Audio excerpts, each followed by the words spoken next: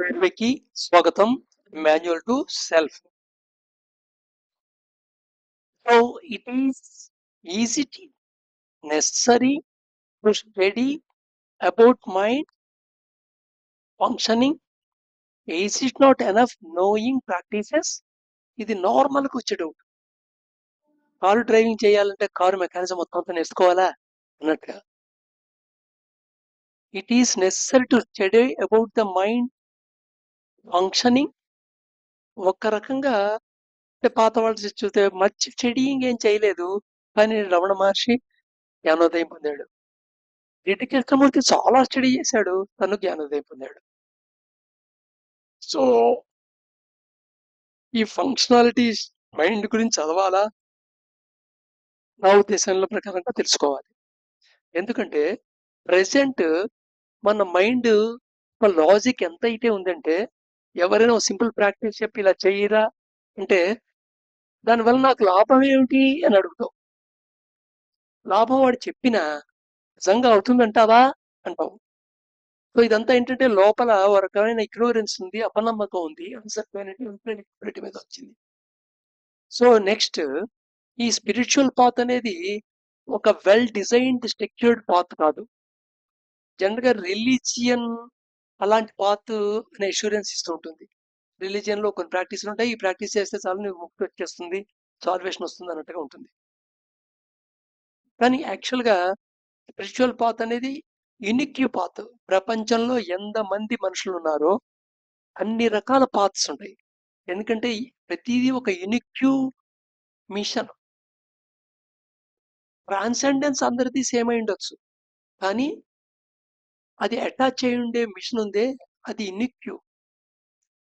Next so path ఎవరు form చేసుకోవాలి? మనమే ఫామ్ చేసుకోవాలి.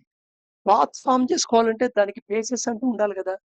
సో ఆ బేసిస్ కోసం మైండ్ గురించి ఇన్ డెప్త్ ఫంక్షనాలిటీ తెలుసుకుంటే మనకి కొంత అవేర్నెస్ లో ఉంటాం, అది మ్యాప్ కింద పనిచేస్తుంటుంది మన ప్రోగ్రెషన్ అవసరంలో. అందుకని జస్ట్ ప్రాక్టీసెస్ ఒకటి చెప్పేస్తే చాలు, ఇన్ని 250 ఎపిసోడ్స్ దాకా వెళ్ళవలసిన అవసరం ఏమిటి? ప్రాక్టీస్ ఒకటి చెప్తే 50 ఎపిసోడ్లు అయిపోతుంది. ఇచ్చే అనేది అలాంటిది మనం చేయగల. అలా ఆ ప్రాక్టీసెస్ చెప్పే చాలా స్కూల్స్ ఉన్నాయి, చాలా యోగి సెంటర్స్ ఉన్నాయి, చాలా మంది మాస్టర్లు ఉన్నారు. బట్ కానీ ఆధ్యాత్మిక మార్గం అనేది పాత్లెస్ పాత్. పాత్ ఎవరికి వాళ్ళు ఏర్పరచుకుంటూ వెళ్ళవలసిన పాత్, యూనిక్ పాత్. సో ఎవరి పాత్ వాళ్ళు తయారు చేసుకునే ఎంపవరింగ్ అవ్వాలంటే దాని యొక్క ఫంక్షనాలిటీ తెలిసి ఉండాలి. Next someone external cannot bring transformation in you. Responsibility lies on your shoulder. ఇది జనరల్గా గురువుకి ఇంపార్టెన్స్ ఉంది, కానీ ఇంపార్టెన్స్ ఇవ్వాల్సిన దానికంటే చాలా ఎంత ఎక్కువ ఇంపార్టెన్స్ ఇచ్చేస్తారంటే ఇంకా గురువే సర్వస్వం అయిపోతుంది, దాంట్లో వీళ్ళ డెవలప్మెంట్ ఆగిపోతుంది. బెస్ట్ ఎగ్జాంపుల్, బుద్ధుడి తర్వాత బుద్ధుడి యొక్క శిష్యులు ఎంతమంది ఎన్లైటెండ్ అయ్యారు? అయ్యారా లేదా ఒక్కడైనా అసలు? అలాగే ప్రతి ఇన్సిడెంట్స్ ఒక స్పిరిచువల్ ఎన్లైటెండ్ బీయింగ్ కూడా గురులో రోల్ ప్లే చేశారు, కానీ వాళ్ళ శిష్యులు ఎంతమంది ఆ స్థాయికి చేరారు? సరే పోనీ ఇలాగా స్పిరిచువల్ పాత్ చెప్పిన వాళ్ళని చూసుకుంటే ఒకళ్ళ పాత్కి పొంత ఉండదు, ఎవరి పాత్ వాళ్ళదే. ఇక్కడ ఈ థింకింగ్ ఇన్స్ట్రుమెంట్ ని రెక్టిఫై చేసిన తర్వాత ఒక స్పాంటేనియసిటీ ఉంటుంది, న్యాచురాలిటీ ఉంటుంది స్పిరిచువల్ పాత్ లో. కానీ అంతకు బిఫోరే ఆ పాత్ని థ్రెడ్డింగ్ చేసావు అనుకో, అది నువ్వు కానిది నువ్వు చేసినట్టుగా ఉంటుంది. సో నువ్వు కానిది నువ్వు ఇమిటేషన్ చేస్తున్నట్టయితే ఎంత పర్ఫెక్ట్ గా చేసినా అది నీకు భయాన్నే కలగజేస్తుంది, సంతృప్తిని కలగజేయదు. అందుకని ఎవరో ఎక్స్టర్నల్ ఎవరో ఉద్ధరిస్తారు, ఎవరి వల్ల నాకు ట్రాన్స్ఫర్మేషన్ జరుగుతుంది అనుకోవద్దు. ఆ ట్రాన్స్ఫర్మేషన్ తీసుకునే బాధ్యత నీ భుజ స్కంధాల మీదే ఉంది. As understand increases, The unnecessary things get reduced automatically. నీకు అండర్స్టాండ్ అవుతున్న కొద్దీ ఆటోమేటికల్గా నీకు తెలియకుండా నీకు డిటాచ్ అయిపోతాయి. ప్రత్యేకంగా నువ్వు వదులుకోకుండా ఏది ప్రత్యేకంగా వదులుకోవడం అనేది ఒక అసెటిక్ ప్రాక్టీస్ అవుతుంది. బట్ కానీ అవే విడిపోతాయి. ఎలాగైతే పనికిరాని ఆకు రాలిపోతుందో చెట్టు నుండి అలా విడిపోతాయి, ఆటోమేటిక్గా డిటాచ్ అయిపోతాయి. చిన్నప్పటి నుండి ఇప్పటి లోపల నీ మైండ్ అండర్స్టాండింగ్ పెరుగుతున్న కొద్దీ ఎన్ని వదిలేసావు. ఒకప్పుడు ప్రాణానికి ప్రాణం అనుకున్న టాయ్స్ ఇప్పుడు ప్రాణం కాదు కదా. ఒకప్పుడు ప్రాణానికి ప్రాణం అనుకున్న ఇంటెలిజ్ అయిన విషయాలు ఇప్పుడు కాదు కదా.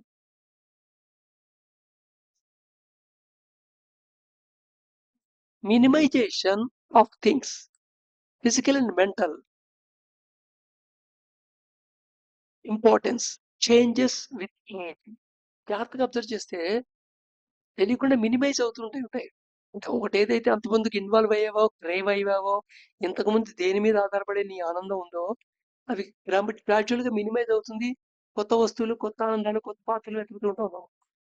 కానీ మినిమైజేషన్ అనేది ఒక న్యాచురల్ థింగ్. ఏజ్ పెరుగుతున్న కొద్దీ మినిమైజేషన్ అవుతుంది. కానీ మనం ఫిజికల్ ఇంటెలిజెన్స్, మెంటల్ ఇంటెలిజెన్స్ వల్ల, ఇగ్నోరెన్స్ వల్ల, కొన్ని హిండరెన్సెస్ వల్ల, కొన్ని సోల్ కాగ్నిషన్ ఉన్న అబ్స్టకిల్స్ వల్ల ప్రతిదీ మినిమైజ్ చేసి నెంబర్ ఆఫ్ మినిమైజ్ థింగ్స్ ని మాక్సిమం చేస్తాం మళ్ళీ. అంటే ప్రతిదీ ఈచ్ మినిమైజ్ అవుతుంది, కానీ ఆ థింగ్స్ ఉన్నాయే మినిమైజ్ చేసే థింగ్స్ అవి పెరుగుతూ ఉంటాయి.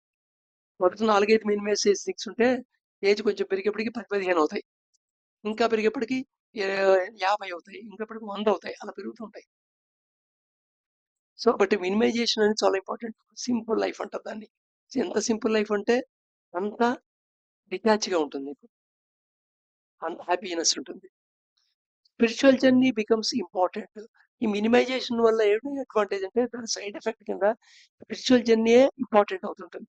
స్పిరిచువల్ జర్నీ ఇంపార్టెంట్ అయిన కొద్దీ మినిమైజేషన్ మ్యాక్సిమం అవుతుంది. స్పైరీ ఆస్పిరేషన్ క్రియేట్ అవుతుంది అనమాట. Transformation cannot be bring forcefully. ఏ విధమైన బలవంతంగా ట్రాన్స్ఫర్మేషన్ అయితే తీసుకురాలేదు. ట్రాన్స్ఫర్మేషన్ అనేది ఒక ultimate state of attainment by neuroplasticity.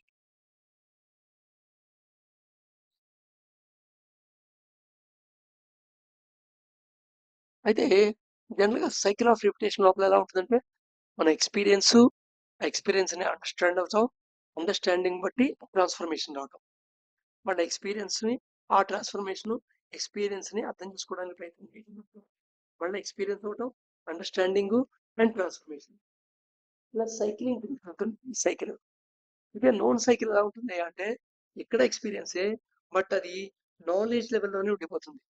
ఒకప్పుడు నోన్ లెవెల్లోనే ఉంటుంది. నోన్ లెవెల్లో ఉందంటే అసలు నీ యొక్క బిహేవియర్లో దాని యొక్క ట్రేసే ఉంది. నాలెడ్జ్ లెవెల్లో ఉంటే అట్లీస్ట్ యాక్టివిటీ అయిన తర్వాత కనీసం నువ్వు ఎవాల్యుయేట్ చేసుకుంటావు. బట్ ఈ ఎక్స్పీరియన్స్ నాలెడ్జ్ మీద ఆధారపడితే చిన్న చిన్న చేంజెస్ కనబడుతూ ఉంటాయి, బట్ సమూలంగా అటైన్మెంట్ మటుకు జరగదు. బట్ స్పిరిచువల్ పాత్ అనేది ట్రాన్స్ఫర్మేషన్, సింపుల్ చేంజ్ కాదు.